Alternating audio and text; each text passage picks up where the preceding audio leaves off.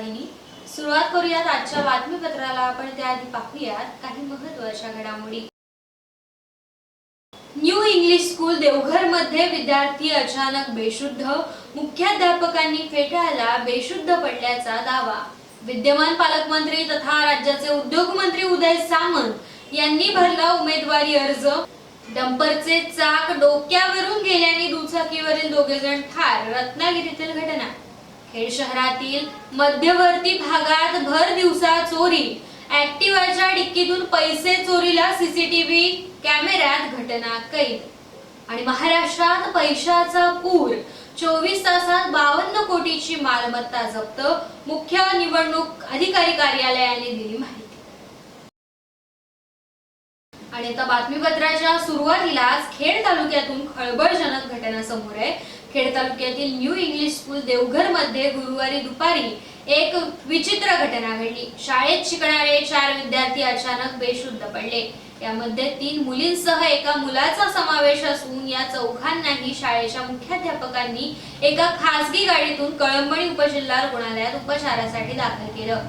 इयत्ता 8वी आणि 10वीच्या वर्गात शिकणारे हे 4ही विद्यार्थी अचानकपणे बेशुद्ध का पडले हे कारण मात्र अद्यापही समोर आलं नाहीये।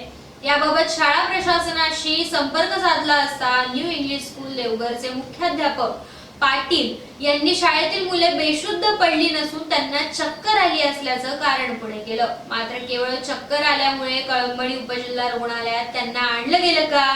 चक्कर आल्यानंतर मुलांना उपचारासाठी रुग्णालयात ऍडमिट करावं लागतं का? असे एक ना अनेक प्रश्न या निमित्ताने उपस्थित केले जात आहेत। याबाबत मुख्याध्यापक पाटील यांच्याशी चर्चा केली असता त्यांनी उलट उत्तरे देऊन मुले बेशुद्ध पडल्याचा दावा फेटाळून त्यांना चक्करच आली असल्याच्या मतावरती ठाम अडून राहिले। याबाबत खेड तालुका गटशिक्षण अधिकाऱ्यांना संपर्क साधण्याचा प्रयत्न केला असता ते फिरतीवर असून कार्यालयात उपलब्ध नव्हते, त्यामुळे त्यांच्याशी संपर्क होऊ शकला नाही अशी माहिती देण्यात आली। मी योगानियोग तळा बँकेत आलो। पाठोपाठ आमच्या गावातली एक छोटीशी काय ती ओमनी वगैरे काय म्हणतात ती गाडी आणली होती। काय हा मुलगा कोण आहे, कुणाला आणली, कशाबद्दल बघायला गेलो। प्रत्यक्षात ते ही कंडिशन अशी आहे। तर 10 मिनिटाच्या आतच ह्या 3 मुली आल्या। 3 मुली आल्यानंतर मी म्हटलं अरे त्यांना कळंबणी हॉस्पिटल हलवताय, गाडी कुठं आहे, 108ची गाडी कुठं आहे? बेहोश झाल्यानंतर म्हटलं 108ची गाडी करा, ताबडतोब त्यांना कळंबणीचा हॉस्पिटलला नेता येते, कळंबणीला घेऊन चला। आणि नंतर त्यांनी जेव्हा शिवणा फोन लावतो म्हटल्यानंतर त्यांनी ताबडतोब त्याच गाडीचा अमोलचा ड्रायव्हर 2 मिनिटाच्या आत आला। हा मुद्दा पहिला तिथं घडला। फक्त चक्कर आलं तेव्हा ह्या सर्व तिला पकडायला गेलं तर सगळं ह्या घाबरलं, तू रडू नको, का घाबरतेस का असं करायला लागलं। बाकी बघा काहीच नाही। तर विधानसभा निवडणुकीमध्ये रत्नागिरी विधानसभा मतदारसंघातून महायुतीतील घटक पक्ष शिवसेनेचे उमेदवार म्हणून विद्यमान पालकमंत्री तथा राज्याचे उद्योग मंत्री उदय सामंत यांनी शुक्रवारी आपला उमेदवारी अर्ज दाखल केलाय। रत्नागिरी विधानसभा मतदारसंघाचे निवडणूक निर्णय अधिकारी तथा उपविभागीय अधिकारी यांच्याकडे हा अर्ज त्यांनी सादर केला। यावेळी बांधकाम मंत्री तथा भारतीय जनता पार्टीचे नेते रवींद्र चव्हाण, भाजपाचे दक्षिण रत्नागिरी जिल्हाध्यक्ष राजेश सावंत, राष्ट्रवादी अजित पवार गटाचे बंटी बंजू आणि माजी नगराध्यक्ष सुदेश मयेकर उपस्थित होते। त्यानंतर पालकमंत्री सामंत यांच्या प्रचाराची जाहीर सभा माळनाका येथील हॉटेल विवेकच्या मैदानावरती आयोजित करण्यात आली होती। यावेळी मोठ्या संख्येने जनता उपस्थित होती। सर्वप्रथम मी राज्याचे मुख्यमंत्री एकनाथजी शिंदे, भाजपाचे नेते आणि उपमुख्यमंत्री आदरणीय देवेंद्रजी आणि अजितदादांना मनापासून धन्यवाद देतो की या सगळ्यांनी मिळून महायुतीमार्फत मला 5व्यांदा उमेदवारी अर्ज भरण्याची संधी दिली। माझ्यासमवेत आज मंत्रिमंडळातील आमचे ज्येष्ठ सहकारी चव्हाणसाहेब देखील उपस्थित आहेत, राजेश सावंत आहेत भाजपाचे। पूर्वी ज्यांनी माझ्या विरोधामध्ये निवडणूक लढवली होती ते सुदेश मयेकर देखील माझ्यावर फॉर्म भरायला उपस्थित आहेत आणि राष्ट्रवादीचे बंटी बंजू देखील आहेत। तशाच पद्धतीनं रत्नागिरीकर आणि संगमेश्वरवासीय मला पुन्हा एकदा निवडून देतील याची पूर्ण मला खात्री आहे। आणि जी केलेली महायुतीच्या काळातली विकास कामं आहेत ही लोकांपर्यंत पोचवून आम्ही नक्की विजय संपादन करू, यामध्ये कुठेही मनात शंका नाही। तर पुढची बातमी आहे ती म्हणजे रत्नागिरी शहरालगतच्या TRP येथे डंपरच्या धडकेत दुचाकीवरील दोघे ठार झाल्याची घटना घडली आहे.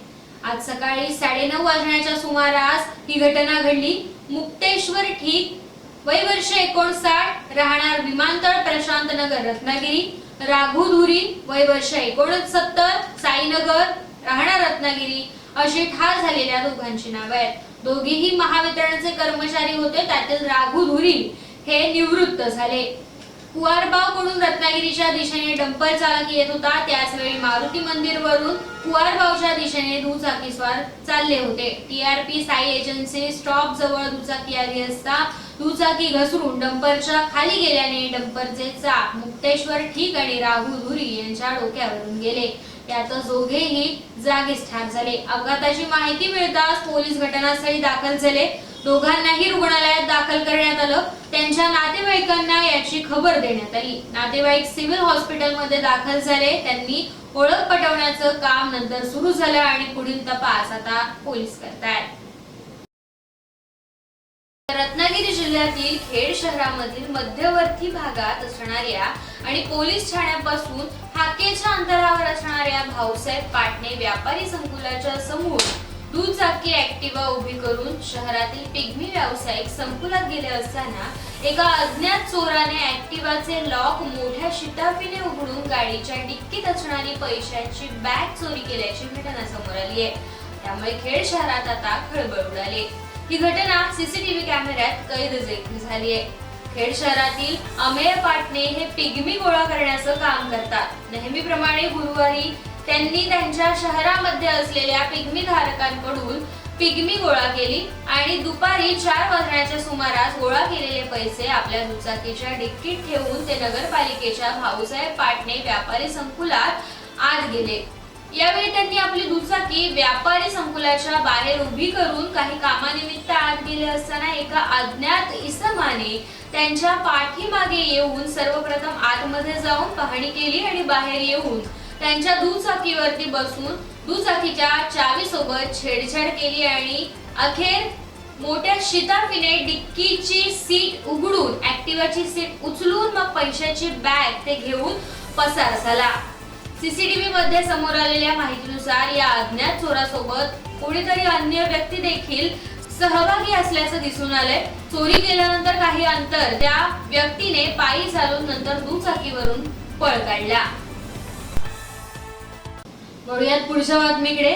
आगामी विधानसभा निवडणुकीच्या पार्श्वभूमीवरती 15 ऑक्टोबर 2024 पासून आदर्श आचारसंहिता लागू झाली आहे. राज्य शासनाच्या आणि केंद्र शासनाच्या विविध अंमलबजावणी यंत्रणांद्वारे करण्यात आलेल्या कारवाईत बेकायदा पैसे, दारू, ड्रग्ज आणि मौल्यवान वस्तू इत्यादी बाबतीत 15 ते 24 ऑक्टोबर 2024 पर्यंत एकूण 90 कोटी 74 लाख रुपयांची मालमत्ता जप्त करण्यात आली आहे. त्यापैकी गेल्या 24 तासात 52 कोटी रुपयांची मालमत्ता जप्त करण्यात आली असल्याची माहिती मुख्य निवडणूक अधिकारी कार्यालयाने दिली आहे. निवडणूक आचारसंहितेच्या काळात सजगपणे कार्यरत असलेल्या महाराष्ट्र राज्यातील 19 अंमलबजावणी यंत्रणांनी एका दिवसात 52 कोटी रुपयांची मालमत्ता जप्त करण्याची कामगिरी बजावली आहे. विविध ठिकाणी वापरलेले पोलीस विभाग आणि इतर यंत्रणांची तपासणी नाके योग्य पद्धतीने कार्यरत असल्यामुळे हे यश मिळालंय. दिवसभरात झालेल्या कारवाईमध्ये नागपूर, मुंबई उपनगर, रत्नागिरी या जिल्ह्यांमधल्या मोठ्या कारवायांचा समावेश आहे.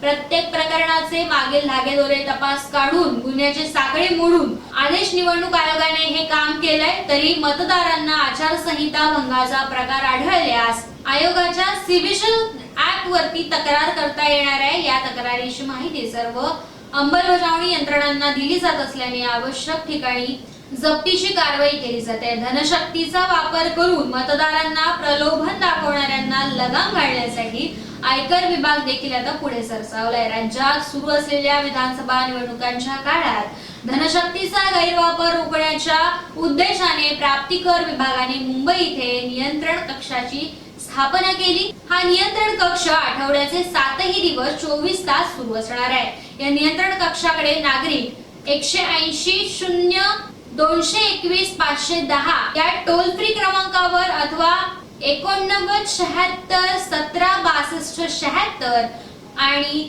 89 76 17 67 76 या व्हॉट्सअप क्रमांकावरती आपण तक्रार नोंदवू शकताय. नागरिकांनी दिलेल्या माहितीच्या आधारावरती प्राप्तिकर विभागाद्वारे जप्तीची कारवाई करण्यात येत असल्याची माहिती देण्यात आली आहे. तर खेड जेसी अध्यक्षपदी जेसी अमर दळवी तर सचिवपदी जेसी कपिल कोळेकर यांची सर्वानुमते निवड करण्यात आली आहे. खेड जेसीआयची वार्षिक सर्वसाधारण सभा बुधवारी 23 ऑक्टोबर रोजी साधना एक्झिक्युटिव्ह दापोली येथे पार पडली. सदर सभेप्रसंगी खेड जेसीआयचे 2025 साठीचे नूतन कार्यकारिणी निवडण्यात आली. अध्यक्षपदी जेसी अमर दळवी तर सचिवपदी जेसी कपिल कोळेकर यांची बिनविरोध निवड करण्यात आली आहे. निवडणूक अधिकारी म्हणून IPP JC Prathamesh Khamkar, JC Amol Dalvi, JC Ganesh Raut, JC Parag Patne, JC Priyesh Talathi यांनी काम पाहिलं. खेड जेसीआयचे सर्व माजी अध्यक्ष सभासद हजर होते. नवनिर्वाचित अध्यक्ष आणि सचिव यांचे अध्यक्ष जेसी संकेत आपिष्टे यांनी स्वागत केले. लवकरच पदग्रहण सोहळा आयोजित करून पुढील 2025 सालची सूत्रे नवीन कार्यकारिणीकडे सुपूर्द केली जातील आणि आभार मानून सभेची सांगता करण्यात आली. 24 ऑक्टोबर रोजी rotary English medium school Khed येथे स्वयं एक्झिबिटर्स मुंबई यांच्या मार्फत शाळेतील विद्यार्थ्यांना विमान वाहतुकीची माहिती तसेच विमान क्षेत्रातील भविष्यातील संधी या उद्देशाने आंतरराष्ट्रीय विमानतळ प्रदर्शन आयोजित करण्यात आलं होतं. एक दिवसीय विमानतळ प्रदर्शनाचे उद्घाटन संस्थेचे चेअरमन विपिनदादा पाटणे यांच्या हस्ते करण्यात आलं. यावेळी स्वयं एक्झिबिटर्स मुंबईचे सर्वेसर्वा संजय गावडे, शाळेच्या मुख्याध्यापिका भूमिता पटेल, उच्च माध्यमिक विभाग प्रमुख राहुल गाडबैल, माध्यमिक विभाग प्रमुख शैलेश देवळेकर, प्राथमिक विभाग प्रमुख तेजश्री कानडे, पूर्व प्राथमिक विभाग प्रमुख प्रीतम वडके आणि मान्यवर उपस्थित होते. त्यानंतर संजय गावडे यांनी संपूर्ण दिवसभरामध्ये शाळेतील सर्व विद्यार्थ्यांना आंतरराष्ट्रीय विमानतळाच्या प्रकृतीद्वारे विमानतळ, विमान वाहतुकीचे टप्पे, मालवाहक विमाने या सर्व बाबींची माहिती दिली. आतापर्यंत त्यांनी 250हून अधिक प्रदर्शने भरवली आहेत. विद्यार्थ्यांनी आपली आवड जोपासली पाहिजे. सध्या विमान क्षेत्रात अनेक करिअरच्या संधी उपलब्ध आहेत. विद्यार्थ्यांनी देखील या क्षेत्रात आपली आवड निर्माण करून भविष्यात यामध्ये यशस्वी होण्याचा मौखिक सल्ला त्यांनी दिला. संपूर्ण दिवसभरामध्ये आयोजित केलेल्या विमानतळ प्रदर्शनामध्ये शाळेतील विद्यार्थ्यांनी विमानतळाविषयी परिपूर्ण माहिती घेतली.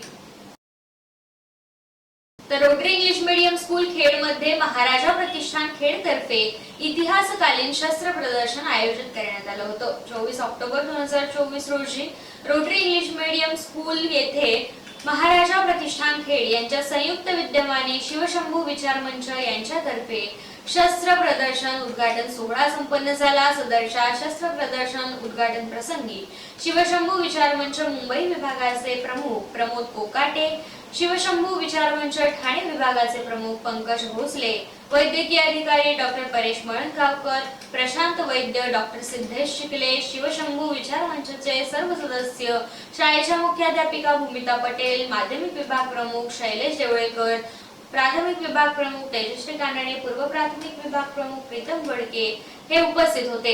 शाळेच्या मुख्याध्यापिका भूमिता पटेल यांच्या हस्ते उपस्थित मान्यवरांचे पुष्प आणि पुस्तक स्वरूपी भेट देऊन स्वागत करण्यात आले. या प्रदर्शनामध्ये समकालीन इतिहासाचे दस्तऐवज जसे की नाणी, मोडीपत्र, ग्रंथ, आरमार छायाचित्र, गडकिल्ल्यांचे छायाचित्र यांची ओळख सर्व विद्यार्थ्यांना व्हावी तसेच छत्रपती शिवाजी महाराजांच्या इतिहासाची आठवण व्हावी या उद्देशाने रोटरी स्कूलमध्ये शस्त्र प्रदर्शन ठेवण्यात आलं होतं. सदरच्या शस्त्र प्रदर्शनामध्ये शाळेतील सर्व विद्यार्थी शिक्षकांनी सहभाग घेऊन इतिहासाची परिपूर्ण माहिती जाणून घेतली. शस्त्रांच्या आकर्षक मांडणीतून शिवकालीन इतिहास डोळ्यासमोर जिवंत करण्यात आला. कार्यक्रमाच्या सुरुवातीला वैद्यकीय अधिकारी डॉक्टर परेश मळणगावकर यांनी प्रास्तावना सादर केली. तसेच शिवशंभू विचार मंच ठाणे विभागाचे प्रमुख पंकज भोसले यांनी शिवकालीन इतिहास आणि शस्त्रांविषयीचे अनमोल मार्गदर्शन विद्यार्थ्यांना केले. संस्थेचे चेअरमन विपिनदादा पाटणे, शाळेच्या मुख्याध्यापिका भूमिता पटेल, सर्व शिक्षक, शिक्षकेतर कर्मचारी, पदाधिकारी यांनी शस्त्र प्रदर्शन उद्घाटन सोहळ्याला शुभेच्छा दिल्या. तर होऊ घातलेल्या विधानसभा निवडणुकांच्या पार्श्वभूमीवरती खेड शहर शिवसेनेमध्ये इन्कमिंग सुरू झालंय. शिवसेना नेते तथा माजी पर्यावरण मंत्री रामदासभाई कदम आणि खेड दापोली मंडणगडचे आमदार योगेशदादा कदम माजी बांधकाम सभापती अरुण उर्फ अण्णा कदम तसेच तालुका प्रमुख सचिन धाडवे यांच्या उपस्थितीमध्ये मनसे गटातील पदाधिकारी, लोकप्रतिनिधी तसेच कार्यकर्ते यांनी शिवसेनेत जाहीर पक्षप्रवेश केला। 23 ऑक्टोबर रोजी खेड शहरातील संत रोहिदास नगर मधील मनसे गटातील पदाधिकारी, लोकप्रतिनिधी तसेच कार्यकर्ते यांनी शिवसेनेमध्ये जाहीर पक्षप्रवेश केला। यावेळी शिवसेना, युवासेना पदाधिकारी, लोकप्रतिनिधी तसेच कार्यकर्ते उपस्थित होते।